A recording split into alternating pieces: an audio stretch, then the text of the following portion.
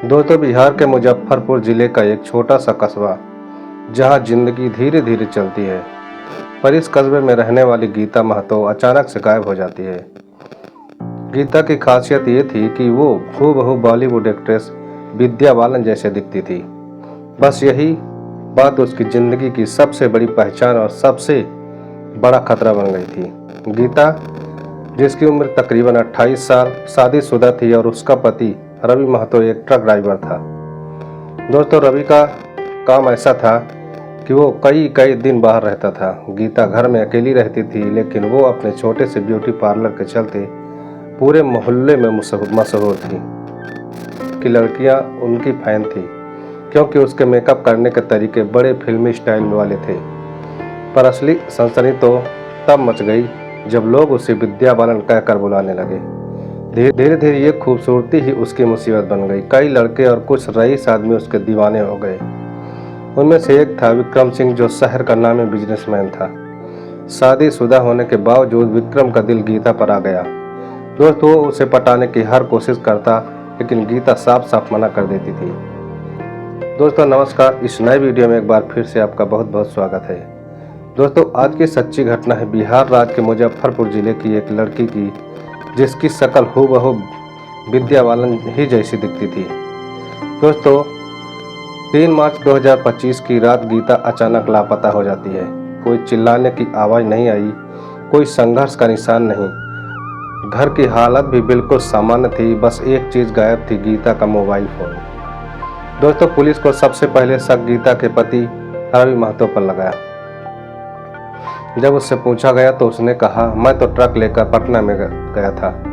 जब घर लौटा तो दरवाज़ा खुला मिला और गीता कहीं दिखाई नहीं दे रही थी। पुलिस ने कॉल रिकॉर्ड चेक किए तो पता चला कि गीता का आखिरी कॉल विक्रम सिंह को किया गया था। अब शक विक्रम पर गया। पुलिस ने जब उससे पूछताछ की तो उसने कहा, हाँ, गीता ने मुझे रात 9 बजे फ़ोन किया था, लेकिन मैंने नहीं उठाया। फिर पुलिस को ये जवाब अधूरा लगा, क्योंकि उसी रात 11 बजे विक्रम की कार गीता के घर के बाहर ही देखी गई थी। फिर विक्रम बार बार यही कह रहा था कि उसे इस बारे में कुछ भी नहीं पता। तीसरा शक गीता की बेस्ट फ्रेंड सुमन देवी पर गया, जो उसके पार्लर में काम करती थी। उसने बताया है कि गीता पिछले कुछ दिनों से डरी हुई थी। उसे लगता था कि कोई उसका पीछा कर रहा है, और सवाल ये था कि अगर गीता को खतरा महसूस हो रहा था तो उसने किसी को बताया क्यों नहीं। और सबसे चौंकाने वाली बात, वो कहाँ गई। 4 दिन बाद पुलिस को एक और बड़ा सुराग मिला। गीता का मोबाइल फोन गंडक नदी के पास पड़ा मिला, लेकिन उसमें से सिम कार्ड गायब था। जब फोन को खोला गया तो उसमें एक वीडियो रिकॉर्डिंग मिली। दोस्तों, वीडियो में आगे बढ़ने से पहले आपसे एक ही रिक्वेस्ट है कि वीडियो को लाइक और चैनल को सब्सक्राइब जरूर कर लीजिए और वीडियो को अंत तक जरूर देखें। दोस्तों, इस वीडियो में गीता घबराई हुई दिख रही थी। उसने कहा था कि अगर मुझे कुछ हो जाए तो समझ लेना कि मुझे मरवा दिया गया है। मैं किसी की बीवी हूँ, किसी की बेटी हूँ, लेकिन कुछ लोग मुझे सिर्फ एक चीज़ समझते हैं, गीता की आखिरी लोकेशन और नए राज। पुलिस ने गीता के फ़ोन को डेटा रिकवर किया और पता चला कि आखिरी लोकेशन गंडक नदी के पास ही थी, यानी वो रात 9 बजे के बाद अपने घर से निकली थी या किसी ने उसे जबरदस्त। दोस्तों, पुलिस के पास 3 बड़े सवाल थे। पहला, क्या गीता खुद कहीं गई थी या किसी ने उसका अपहरण किया था। दूसरा, अगर किसी ने उसका मर्डर कर दिया था तो लाश कहाँ है। और तीसरा, गीता जिस कुछ लोगों की बात कर रही थी वो कौन थे। के दौरान एक नया गवाह सामने आया, रामलाल, जो नदी के पास मछली पकड़ता था। उसने पुलिस को बताया था कि मैं उस रात करीब 11 बजे नदी के किनारे बैठा हुआ था। तभी मैंने एक गाड़ी देखी। 2 लोग उसमें से कुछ चीज़ लेकर नदी की तरफ बढ़े थे। जब पुलिस ने पूछा कि उसने किसी को पहचाना था या नहीं, तो उसने कहा, मैंने गाड़ी का नंबर नहीं देखा, लेकिन उनमें से एक आदमी सफ़ेद शर्ट पहने हुए था और दूसरी कलाई में महंगी घड़ी चमक रही थी। दोस्तों, पुलिस के कान खड़े हो गए, क्योंकि विक्रम सिंह हमेशा सफ़ेद शर्ट पहनता था और उसकी घड़ी काफ़ी महंगी भी थी। जब पुलिस ने ये जानकारी गीता के पति रवि महतो को दी तो आग बबूला हो गया। मैंने पहले ही कहा था कि मेरी बीवी पर बुरी नज़र रखने वाले कई लोग थे, लेकिन अब तक किसी ने मेरी बात नहीं सुनी। रवि सीधा विक्रम सिंह के घर पहुंचा और उससे भिड़ गया। दोनों में हाथापाई होने लगी। तब तक पुलिस भी आ गई और दोनों को अलग कर दिया। दोस्तों, विक्रम सिंह का अली बाई और उसकी पत्नी का बयान, पुलिस को साफ समझ में आ गया कि कुछ तो गड़बड़ है। और फिर एक और बड़ा राज खुला। गीता की बेस्ट फ्रेंड सुमन देवी ने एक चौंकाने वाला खुलासा भी कर दिया। गीता और विक्रम सिंह के बीच कुछ तो चल रहा था। वो उसे रिजेक्ट करती थी, लेकिन बाद में दोनों अक्सर मिलते थे। पर फिर अचानक गीता ने उससे मिलना बंद कर दिया था। यानी कहीं ऐसा तो नहीं कि विक्रम और गीता के बीच कोई लड़ाई हुई हो और गुस्से में उसने गीता को रास्ते से हटा दिया हो। नदी से मिला एक कटा हुआ हाथ गीता का क्या यही हश्र हुआ होगा? दोस्तों, 15 मार्च को एक मछुआरे को नदी में एक कटा हुआ महिला का हाथ मिला। पुलिस ने फौरन फोरेंसिक जांच करवाई और पता चला कि वो गीता का ही हाथ हो सकता है, लेकिन पूरा शरीर अब भी गायब था। जैसे ही पुलिस ने फोरेंसिक रिपोर्ट के आधार पर गीता की मौत की आशंका जताई, पूरा कस्बा सनसनी से भर गया। लेकिन दोस्तों, सवाल यही था, अगर गीता मर चुकी है तो उसकी लाश कहाँ है? पुलिस ने पूरे इलाके में सर्च ऑपरेशन चलाया, लेकिन कोई और बॉडी पार्ट नहीं मिला। ये बात अजीब थी। अगर किसी ने उसकी हत्या की थी तो सिर्फ हाथ ही क्यों मिला? इसी बीच गीता के पति रवि महतो का बयान सामने आया। मुझे नहीं लगता कि गीता मरी हुई है। ये सब हमें भटकाने की चाल भी हो सकती है। रवि के इस बयान से पुलिस को शक हुआ कि कहीं कोई जानबूझकर मामले को उलझाने की कोशिश तो नहीं कर रहा है। जब पुलिस ने विक्रम सिंह की सफ़ेद स्कॉर्पियो को सीज किया और फोरेंसिक जांच कराई तो उसमें पीछे की सीट पर खून के धब्बे मिले। डीएनए टेस्ट में साबित हो गया कि यह खून गीता का था। अब पुलिस के पास विक्रम को गिरफ्तार करने का ठोस आधार था। पुलिस ने उसे तुरंत हिरासत में ले लिया। 3 दिन की कड़ी पूछताछ के बाद विक्रम सिंह टूट गया और उसने कबूल कर लिया, हाँ, मैं गीता से प्यार करता था।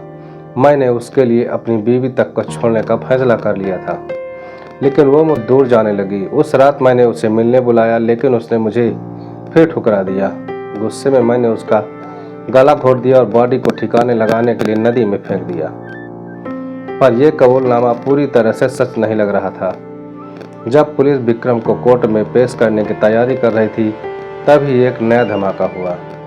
सोशल मीडिया पर एक अनजान अकाउंट से एक वीडियो अपलोड किया गया था, जिसमें गीता जैसी दिखने वाली एक औरत किसी अज्ञात जगह पर नजर आ रही थी। दोस्तों, वीडियो में वो डरी हुई थी और कह रही थी, मैं अभी जिंदा हूँ, लेकिन ज़्यादा दिन तक नहीं। जिन्होंने मुझे यहाँ कैद किया है वो मुझे मारने वाले हैं। दोस्तों, अब तो पूरा मामला ही उलट गया था। अगर गीता जिंदा थी तो विक्रम सिंह ने जिस औरत की हत्या की थी वो कौन थी? सोशल मीडिया पर वायरल वीडियो ने पूरे केस को उलझा दिया। पुलिस के लिए सबसे बड़ा सवाल था, अगर विक्रम सिंह सच बोल रहा था और उसने गीता की हत्या की थी तो फिर ये वीडियो किसका था? पुलिस ने वीडियो की लोकेशन ट्रेस करने की कोशिश की, लेकिन जिस अकाउंट से उसे अपलोड किया गया था वो फेक आईडी थी। हालांकि कुछ टेक्निकल एनालिसिस के बाद वीडियो की लोकेशन नेपाल बॉर्डर के पास की निकली। इसका मतलब कि गीता की गुमशुदगी सिर्फ एक हत्या का मामला नहीं था, बल्कि इससे कहीं ज़्यादा बड़ा खेल चल रहा था। दोस्तों, नेपाल के पास एक रहस्यमय कोठी भी थी। पुलिस ने गीता की बेस्ट फ्रेंड सुमन से दोबारा पूछताछ की और इस बार उसने सच उगल दिया। गीता ने कुछ समय पहले बताया था कि कोई उसे नेपाल ले जाने की धमकी दे रहा था। उसने मुझसे कहा था कि अगर वो कभी गायब हो जाए तो समझ लेना कि वो किसी बहुत बड़े जाल में फंस गई है। ये सुनते ही पुलिस एक्टिव हो गई और नेपाल बॉर्डर के पास गुप्त जांच शुरू कर दी। कुछ दिनों बाद एक गुप्त सूचना मिली कि एक बंगले में कई लड़कियों को कैद कर रखा गया है। अंततः गीता मिल गई, लेकिन वो अकेली नहीं थी। दोस्तों, पुलिस ने उस बंगले पर रेड मारी और वहां से 6 लड़कियों को भी छुड़ा लिया, जिनमें से एक गीता महतो भी थी। जब पुलिस ने गीता से पूछताछ की तो उसके साथ क्या हुआ वो उसने एक चौंकाने वाली कहानी बता दी। गीता ने कहा, उस रात मैं घर में अकेली थी।